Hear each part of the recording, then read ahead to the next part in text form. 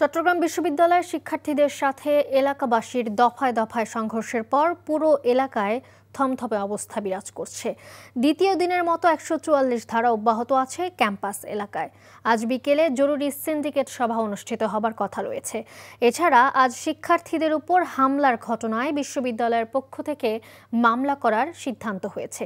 গতকাল সন্ধ্যায় অনুষ্ঠিত বৈঠকে এই সিদ্ধান্ত হয়। বিশ্ববিদ্যালয়ে চলতি সপ্তাহের সব বিভাগের পরীক্ষা স্থগিত রয়েছে। আর ঘটনা তদন্তে ২১ সদস্য বিশিষ্ট তদন্ত কমিটি গঠন করেছে বিশ্ববিদ্যালয় প্রশাসন। শনিবার গভীর রাতে ও রোববার বিশ্ববিদ্যালয়ের ২ নম্বর গেট এলাকায় দফায় দফায় সংঘর্ষের ঘটনায় প্রায় ৪০০ শিক্ষার্থী আহত হয়। এর মধ্যে একজনকে উন্নত চিকিৎসার জন্য ঢাকায় পাঠানো হয়েছে। আরও ৩ জনকে নিবিড় পরিচর্যায় রাখা হয়েছে চট্টগ্রামের বেসরকারি কয়েকটি হাসপাতালে। শিক্ষার্থী ও এলাকাবাসীরা জানান, আতঙ্কের মধ্যে দিন কাটাচ্ছেন তারা। এ বিষয়ে জানতে যাচ্ছি চট্টগ্রাম বিশ্ববিদ্যালয় ক্যাম্পাসে। সেখানে আছেন সিনিয়র করেসপন্ডেন্ট আরিচ আহমেদ। আরিচ, ক্যাম্পাসের আজকের পরিস্থিতি কেমন দেখতে পাচ্ছেন জানাবেন।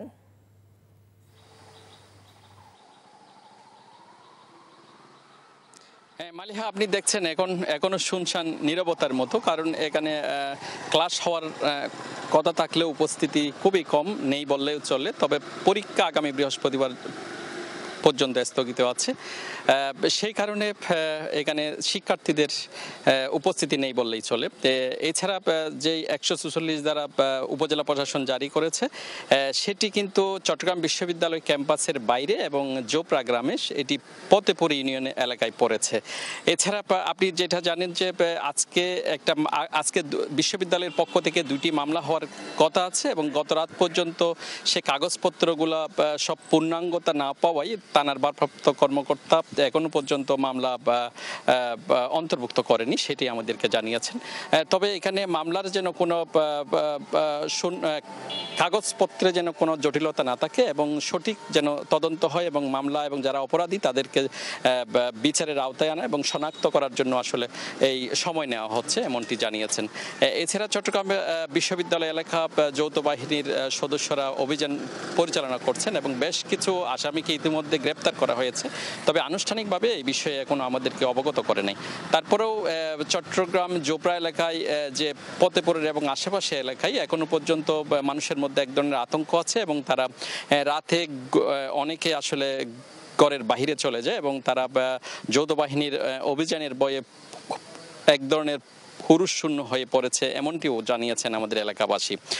তবে এছাড়া যে আহত যে 3 জনের অবস্থা এখনো আশঙ্কাজনক এবং তাদেরকে নিবিড় পরিচর্যায় রাখা হয়েছে, যেটা আপনি বলেছেন।